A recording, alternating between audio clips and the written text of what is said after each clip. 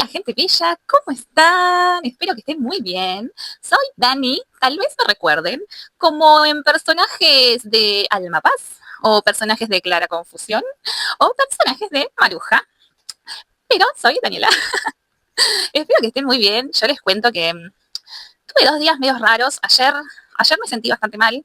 Estuve medio con dolor de panza, estuve medio, creo que somatizando un poco la tristeza, porque tuve un sueño con mi papá y estuve medio mal, medio caída. Aparte estoy de vacaciones estoy de vacaciones. Me tomé una semana de mi trabajo del estudio, solamente haciendo las cosas, contestando mensajes y haciendo cosas urgentes y nada más. Y me tomé esta semana como para descansar y entonces me estoy levantando tarde y eso también no me está ayudando porque me fui para el otro lado. Estuve mucho tiempo acostada, estuve mucho tiempo durmiendo, estuve triste. Pero lo bueno es que en medio de esa tristeza encontraba momentos de subidas que eran los momentos donde me ponía a actuar, haciendo videos para Instagram, que estuve saliendo, estuve interactuando, estuve hablando con muchas personas, que eso era algo que cuando estaba transitando este momento de tanto bajón, lo había perdido del diálogo con el otro. Creo que esa es una de las primeras cosas que haces cuando estás mal, que te aíslas. Al menos a mí me pasa eso, que me aíslo un montón. Y este último tiempo, cuando me empecé a abrir a las redes sociales, que me empecé a abrir, cuando me abrí el canal y empecé a mostrar mi vulnerabilidad y a contar lo que me pasó, por lo que estaba pasando, que hablé un poquito de mi salud mental, esto dio lugar a que un montón de personas se contactaran conmigo y me cuenten el estado en el que estaban, la situación en la que estaban pasando, me pidieran consejos, cosa que yo siempre el consejo más grande que les puedo dar es que hagan terapia, que busquen ayuda profesional, porque yo profesional no soy. Sí les puedo contar mi experiencia y si mi experiencia les sirve para abrirse camino, para buscar ayuda, bienvenido sea. Por eso es que hoy decidí hacer este video para contarles cómo fue mi camino a abrirme a la, a la ayuda profesional, cómo es que llegué a la psicóloga, cómo es que llegué al psiquiatra, y cómo fue todo mi camino de evolución a hoy estar medicada. Hoy yo sí estoy medicada con antidepresivo y estabilizador emocional, que no me da vergüenza decirlo, porque gracias a eso estoy pudiendo salir adelante. Y quiero contar esto también para que se deje de demonizar a la medicación, porque muchas personas que quizás lo necesitan tienen miedo de ir al psiquiatra porque piensan que van a quedar dopados, que van a quedar... Yo lo pensaba, ojo que yo también pensaba eso. Yo me negué mucho a ir al psiquiatra por eso, que piensan que van a quedar muy dopados, siempre y cuando también el profesional a que vayan, siempre que sea recomendado, que sea un profesional de confianza. Yo, gracias a Dios, en este aspecto caí con un profesional muy bueno, que es muy coherente, él no te medica si no necesitas, siempre va de a poco. Eh, Trata de que estés lúcida, él sabe que yo soy abogada y siempre trato de mantenerme lúcida las 24 horas y solamente tener vías de rescate si yo lo necesitaba. Así que yo les quiero contar mi historia para que si alguien se siente reflejado en las situaciones en las que yo estuve y tiene miedo de buscar ayuda o está en esa disyuntiva que no sabe para dónde disparar, quizás mi experiencia le da una punta de decir, bueno, quizás arranco por este camino o arranco por otro camino o dejo de hacer esto que la mayoría de las veces es aislarse. Bueno, yo les voy a contar cómo arranqué.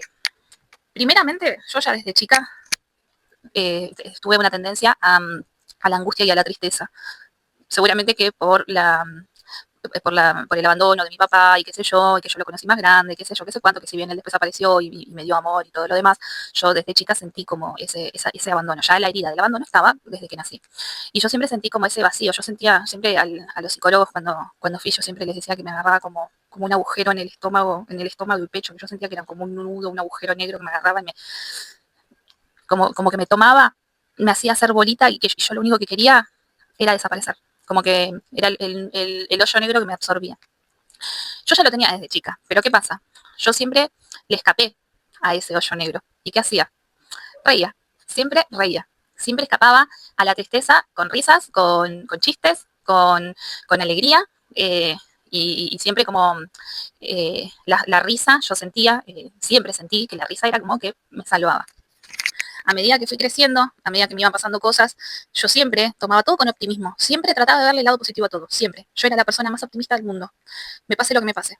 Y quizás, si me pasaba algo muy grosso, me tomaba un día para estar mal, muy mal, capaz que me lloraba todo, y después seguía. Tenía como un positivismo extremo, y hoy lo veo que era un positivismo tóxico, porque algunas veces tenés que transitar el dolor y tenés que pararte a decir, bueno, esto me hizo daño, tenés que parar, no analizarlo, sino que transitar ese dolor, masticarlo y autopercibirte ser humano y decir, si esto me dolió Y una vez que ya liberaste todo lo que tenías que liberar en base a esa emoción que te hizo daño, ahí volver a lo positivo. Pero yo era, no, todo positivo, todo positivo. Yo llegaba al punto donde yo nunca estaba de mal humor, jamás. Quizás había días donde yo estaba un poquitito más triste, estaba un poquitito más bajoneada, pero yo nunca tenía mal humor. Eso también, viste, era una señal de alerta que yo me debía haber dado cuenta, pero en ese momento, porque ¿qué pasa? Yo salgo de la secundaria y yo hasta la secundaria vivía con mi mamá, que mi mamá siempre nos tenía muy resguardadas porque nos hacía ir a la iglesia evangélica, y no nos dejaba salir, siempre nos tenía muy bajo la órbita cristiana y bajo la doctrina cristiana, por lo tanto no sabíamos lo que era un boliche, lo que era un bar, lo que era escuchar música, la música que a mí me gustaba yo la tenía que escuchar a escondidas porque todo era pecado. Hasta los 18 años yo vivía así, yo vivía con mi mamá. Y ella, cuando yo cumplo 18 años, que yo estaba en veremos a ver que iba a estudiar y demás, ella se va a Santiago del Estero. Y yo, justo cuando ella se va, empiezo a hacer el curso de ingreso para la universidad. Y entonces ella me dijo, bueno, si querés vos venir conmigo, pero yo me quería quedar acá porque quería estudiar. Entonces ella se fue a Santiago del Estero con el marido, porque le dieron una iglesia para hacerse cargo, se fue con mi hermanito que nos llevamos 4 años, ahora es mi hermanote. Bueno, se fue con mi hermanito, y yo, ahí fue como otro abandono que yo sentí, ahora de parte de mi mamá. Y encima yo estaba transitando una separación de una relación muy conflictiva y estaba empezando el curso de ingreso. De repente me sentía sola, me sentía que me estaba eh, enfrentando al mundo real, y de repente fue una recachetada para mí eso. ¿Y yo qué hice? Tomé todo del lado positivo, siempre todo positivo. Dije, bueno, si esto, y empecé ahí a hacerle caso a la, a lo que decían las tazas. Si sucede, conviene, eh, hay que ser positiva, viva la vida, sonríe, vive, sueña, ama.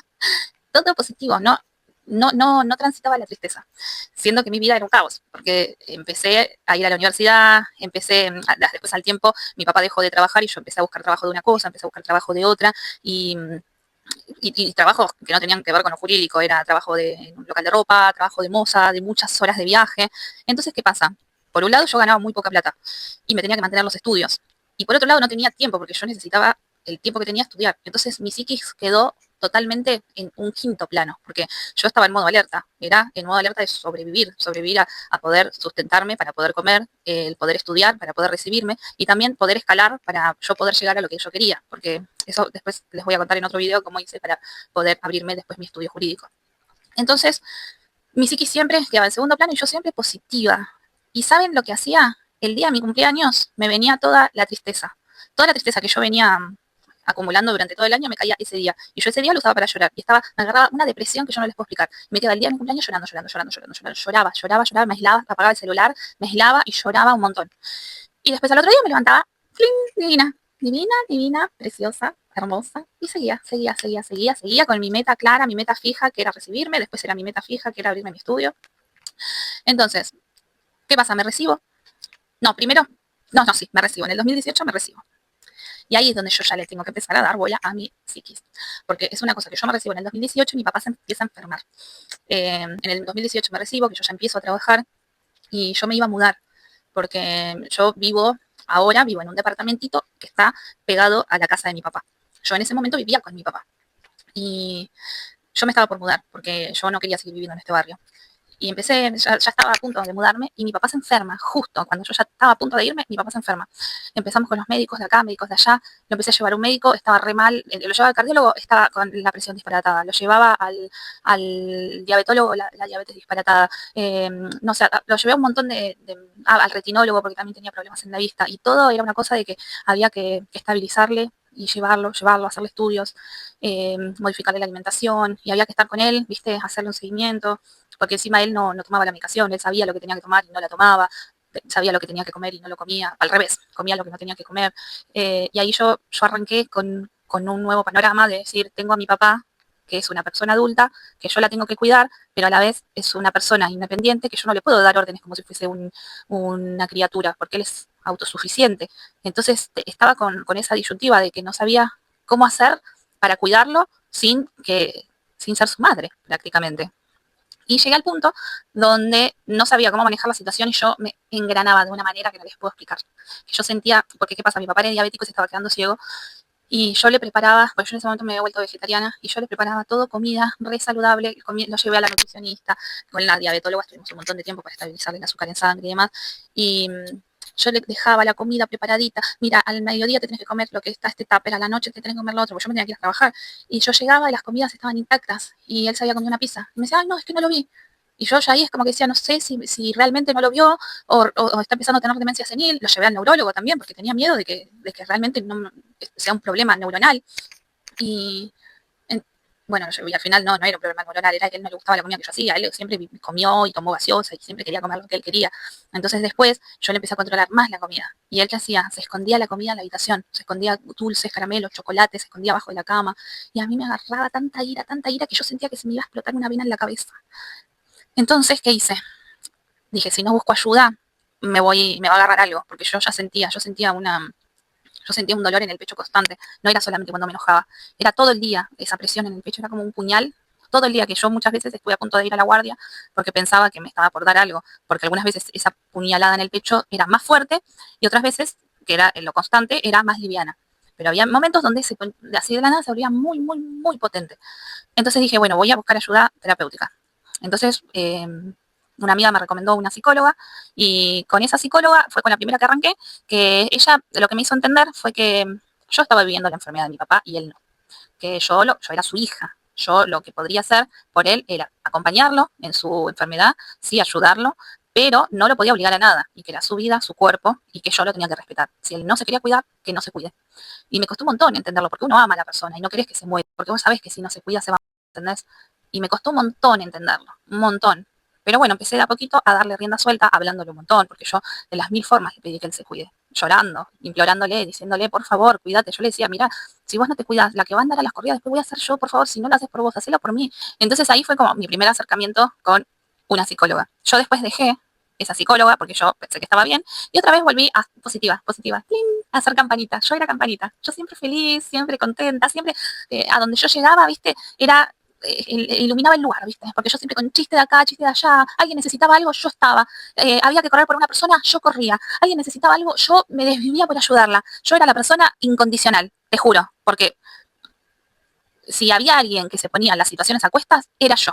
Bueno, a partir de ahí los momentos de tristeza empezaron a ser cada vez más grandes.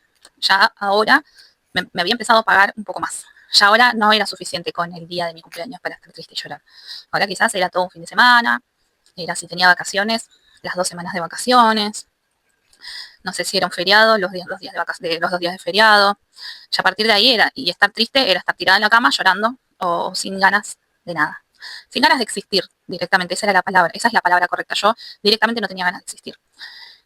Y nadie se daba cuenta que yo estaba mal, porque yo no se lo decía. Yo a todo el mundo le demostraba que yo era la persona más positiva del mundo, venían, me contaban que estaban mal, yo los apoyaba, los abrazaba, los aconsejaba, les decía, dale para adelante, la vida es linda. Después vino una etapa donde sucedió algo a nivel familiar, donde me contaron, se empezó a remover unas historias de mi familia, historias que quizás yo no estaba interiorizada porque yo era chiquita o quizás yo no había nacido en esa época, que a mí también me hicieron mucho daño. Y ahí también fue como ese fue como un momento de inflexión donde yo dije, no, necesito ir a terapia de vuelta porque yo ya no estaba pudiendo sola, porque estaba teniendo muchísima angustia, estaba con ese dolor en el pecho que no se me iba, era dolor constante y había llegado al punto donde ni siquiera podía llorar, porque yo siempre fui una persona de que había que seguir adelante, por más que pase lo que pase, había que seguir adelante, y las situaciones había que resolverlas, y no importa lo que te esté pasando, había que ir a trabajar, no sé, tenía que llevar a mi papá al médico, yo tenía una audiencia, tenía que ir a la audiencia, tenía que estar bien, y me ponía la careta de estar bien, y lo hacía, pero por dentro estaba hecha pipa. Entonces cada vez esos dolores en el pecho empezaron a ser más fuertes, cada vez más fuerte, cada vez más fuerte, de repente me empezaron a cortar la respiración, que yo en ese punto no sabía cómo era un ataque de pánico, por ejemplo. Y bueno, ahí empecé a ir a terapia. Con la terapeuta empecé a repuntar, estaba muy bien con la terapeuta y dejé de ir porque pensé que estaba bien. Grave error. Resulta que tengo un accidente con el auto donde yo quiero doblar y un chico me quiere sobrepasar en ese mismo momento y no, bueno, el chico me chocó a mí, ¿viste? En la parte de atrás. El acompañante del chico termina con la rodilla muy, muy rota, ¿viste? Fue una situación re traumática para mí. Los llevé al hospital con el auto en llanta, todo el vidrio roto, una situación muy, muy, muy, muy fea para mí. Y ahí se me dispararon los ataques de pánico, porque primero porque veía el auto y me paralizaba. Era una cosa que subía al auto, empezaba a transpirar, a transpirar, a transpirar, a transpirar frío, transpiraba frío, pero yo quería seguir haciéndolo porque yo sabía que si me entregaba al miedo, no me iba a poder subir nunca más a un auto. Entonces, era una cosa que me subía al auto y se empezó a cerrar el pecho. No me acuerdo cuándo fue el primer episodio, porque yo ya antes había tenido, pero después del accidente me empezó a pasar eso y no quería salir de casa. Ahí fue donde arranqué a no querer salir de casa. ¿Por qué? Porque yo puedo hacer home office, yo puedo trabajar en cualquier lugar, porque es todo virtual. Entonces empecé a no querer salir de casa, porque eso implicaba tener que manejar. Entonces, mientras estaba acá adentro, estaba todo bien. Si yo tenía que salir, el solo hecho de pensar de tener que salir era empezar las palpitaciones, palpitaciones, transpirar, transpirar, transpirar, y en el momento que tenía que pisar la puerta, me agarraba un ataque. Y pensaba que no podía respirar, no podía respirar, no podía respirar, y pensaba que me iba a Petit Suisse.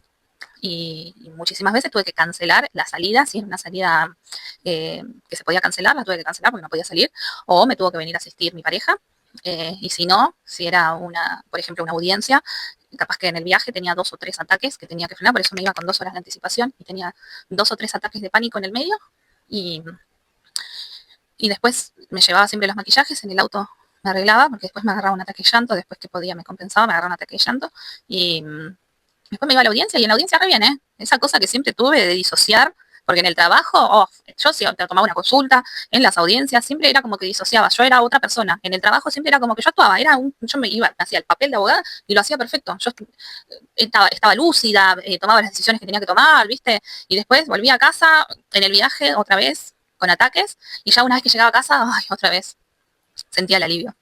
Y yo era muy de la autoayuda, leyendo libros de Louis Hay, eh, ¿de quién más leía libros? Ay, no me acuerdo de quién más. Leía libros, leía libros, leía libros, y yo ya sentía que los libros no me estaban haciendo ni cosquillas. Entonces dije, bueno, voy a buscar una terapeuta que atienda virtual, porque mi terapeuta, la que yo amo, que es con la que estoy hoy, no atendía virtual. Entonces doy con una que atendía virtual.